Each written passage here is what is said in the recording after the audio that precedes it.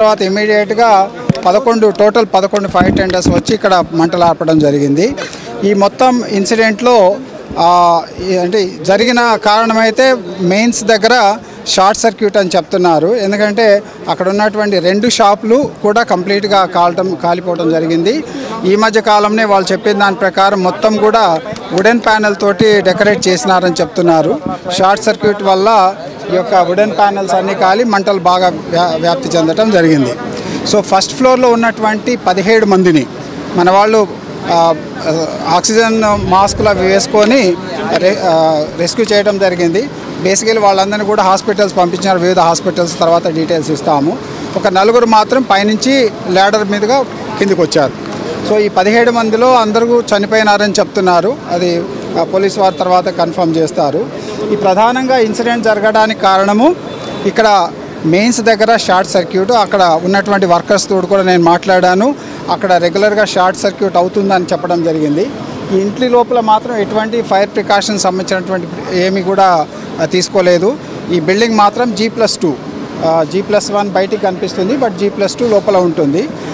First floor and second floor complete residential area, ground ఫ్లోర్లో అన్ని shops ఉన్నాయి.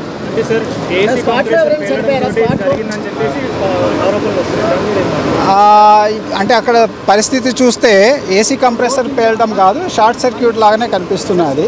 ఎందుకంటే మెయిన్స్ అంటే సో ఇక్కడ మెయిన్ రోడ్ నుంచి మీరు చూసుంటారు, మెయిన్ రోడ్ నుంచి లోపలికి ఉంటుంది. చిన్న సొరంగం లాగా ఉన్న ప్లేస్లోంచి పోతే అక్కడ లోపల ఇళ్ళు ఉంటాయి. ఈ లోపల మొత్తం ఫస్ట్ ఫ్లోర్ పోయేది ఓన్లీ 1 మీటర్ స్టేర్ కేస్ మాత్రమే ఉంది. సో లోపల ఉన్నటువంటి ఇన్మేట్స్ రెస్క్యూ అయ్యేదానికంటే తప్పించుకునే మార్గమే లేదు. సో ఇది ఏంటంటే పాతకాల బిల్డింగు, అప్పుడున్నటువంటి నామ్స్ ప్రకారం కట్టి ఉంటారు. సో ఫైర్ ప్రికాషన్స్ ఏమాత్రం లేవు కాబట్టి ఈ పెద్ద ఇన్సిడెంట్ జరిగింది. కేంద్ర మంత్రి కిషన్ రెడ్డి ఒక ఆరోపణ చేశారు. దాని మీరు మాట్లాడాల్సిన అవసరం ఉంది. ఎందుకంటే అగ్ని ప్రమాదం జరిగినటువంటి వెంటనే ఆయన రాలేదు, అగ్ని ప్రమాదం జరిగిన వెంటనే అగ్నిమాపక శాఖ రాలేదు, దాంతో క్యాజువాలిటీస్ పెరిగాయని ఆయన ఆరోపించారు. ఆ విధంగా ఆయన స్టేట్మెంట్ ఇవ్వడాన్ని మేము అది వాళ్ళ విఘ్నతకే వదిలేస్తాము. మేము మా ఫైర్ స్టేషన్ నుంచి ఏ విధంగా ఫైర్ ఇంజన్లు వెళ్ళింది అనేది ఆల్రెడీ మేము సర్కులర్ మీకు పంపించినాము. 6:16కి కాల్ వచ్చింది, 6:17కి మొగల్పూర ఫైర్ స్టేషన్ నుంచి ఫైర్ ఇంజన్ బయలుదేరింది. తర్వాత ఐ థింక్ 6:24 ఏదో మొత్తం లిస్ట్ అందరు కూడా మా పిఆర్ఓ ద్వారా మీకు మొత్తం 11 ఫైర్ వెహికల్స్ని పంపించడం జరిగింది. దాదాపు 70 మంది ఫైర్మెన్ 70 మంది పైగా ఫైర్మెన్ ఇందులో పార్టిసిపేట్ చేశారు.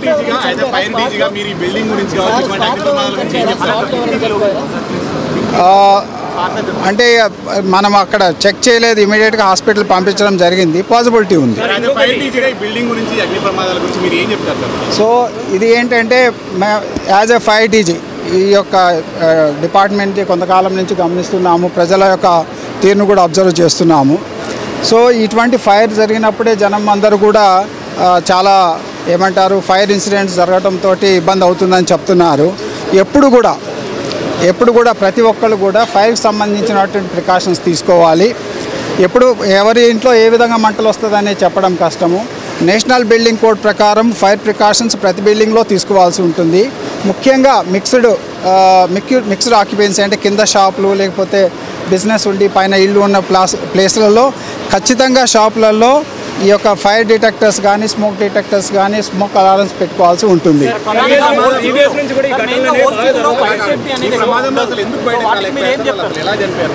సో ఈ ప్రమాదంలో మొత్తం ఎంట్రన్స్ కూడా మీరు బయట నుంచి చూసేటటువంటి 2 మీటర్ల ఎంట్రన్స్ ఉన్నది. అది పూర్తిగా స్మోక్ తోటి మంటలతోటి నిండి ఉన్నది.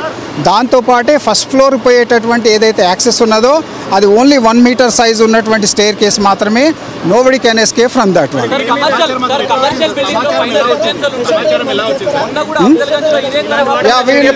We will continue special drive. So 6:16కి టెలిఫోన్ కాల్ వచ్చింది. అది మనకి డీటెయిల్స్ లోపల అంటే మనకి వాళ్ళ రిలేటివ్స్ వాళ్ళు చెప్పే దాని ప్రకారం ఈ చనిపోయినటువంటి 17 మంది కాకుండా ఇంకొక 4 ఉన్నారని చెప్తున్నారు. ఆ 4 కూడా ఫస్ట్ ఫ్లోర్ సెకండ్ ఫ్లోర్లో ఉన్నారు, వాళ్ళు ఎస్కేప్. అది పేర్లు మనకు తెలియదు.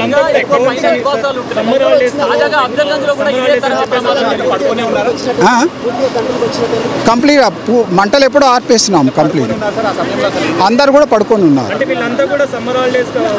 మాకు రిలేటివ్స్ చెప్పిన దాని ప్రకారము సమ్మర్ హాలిడేస్కి కొంతమంది పిల్లలు కూడా వచ్చి ఉంటున్నారు డిఫరెంట్ ప్లేసెస్లో. కింద కమర్షియల్ నుండి పైన రెసిడెన్షియల్ ఉండడం వల్ల ఈ తరహా ప్రమాదాలు మృతుల సంఖ్య లాస్ట్ టైం అబ్దుల్ నజర్ కూడా ఇదే తరహా 3 అంతస్తుల భవనం రెస్క్యూ చేసి అక్కడ కాపాడారు. ఈ కమర్షియల్గా ఉన్న వాటిపైన రెసిడెన్షియల్ వాటిపైన మీరు స్పెషల్ డ్రైవ్ ఏమైనా చేయకపోతే ఇటువంటి కమర్షియల్ కింద కమర్షియల్ ఉండి పైన రెసిడెన్షియల్ ఉన్నాయి. హైదరాబాద్లో లక్షలాది బిల్డింగ్స్ ఉన్నాయి. అది ఆల్మోస్ట్ నిజాం టైం నుంచి కూడా ఇవి బిల్డింగ్స్ నిజాం టైం నుంచి కూడా ఈ బిల్డింగ్స్ ఉన్నాయి. సో ఫైర్ చట్టం రాకముందు నుంచి కూడా చాలా బిల్డింగ్స్ ఉన్నాయి. మా రిక్వెస్ట్ మీ ద్వారా ఏంటంటే ప్రతి ఒక్కరు కూడా ప్రికాషన్స్ తీసుకోవాలి. లక్షలాది బిల్డింగ్లలో ప్రతి బిల్డింగ్ని ఫైర్ డిపార్ట్మెంట్ విజిట్ చేయడం అనేది డిఫికల్ట్. కానీ చట్టంలో రాసినారు, నేషనల్ బిల్డింగ్ కోడ్లో రాసినారు. చిన్న చిన్న ప్రికాషన్స్, ఒకటి ఫైర్ అలారం పెట్టుకోవాల్సి ఉంటుంది. రెండవది ఆ యొక్క ఫైర్ ఎక్స్టింగ్విషర్స్ ఏమన్నా ఉంటే అవి పెట్టుకోవాలి. ఈ చిన్న చిన్న ప్రికాషన్స్ తీసుకుంటే చాలా వరకు ఈ సమస్యను అది. సో అందుకోసమే గత సంవత్సరం దాదాపు 8,000 పైగా మనం అవగాహన కార్యక్రమాలు నిర్వహించినాము. ఎప్పుడు కూడా మన డిపార్ట్మెంటు ప్రతి కాలనీ ప్రతి ఏరియాకి పోయి కూడా అవగాహన కార్యక్రమాలు చేస్తూ ఉంటాం.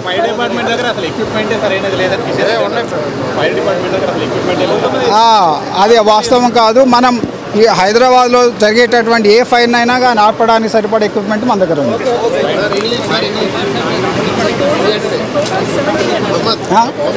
17 అని చెప్పి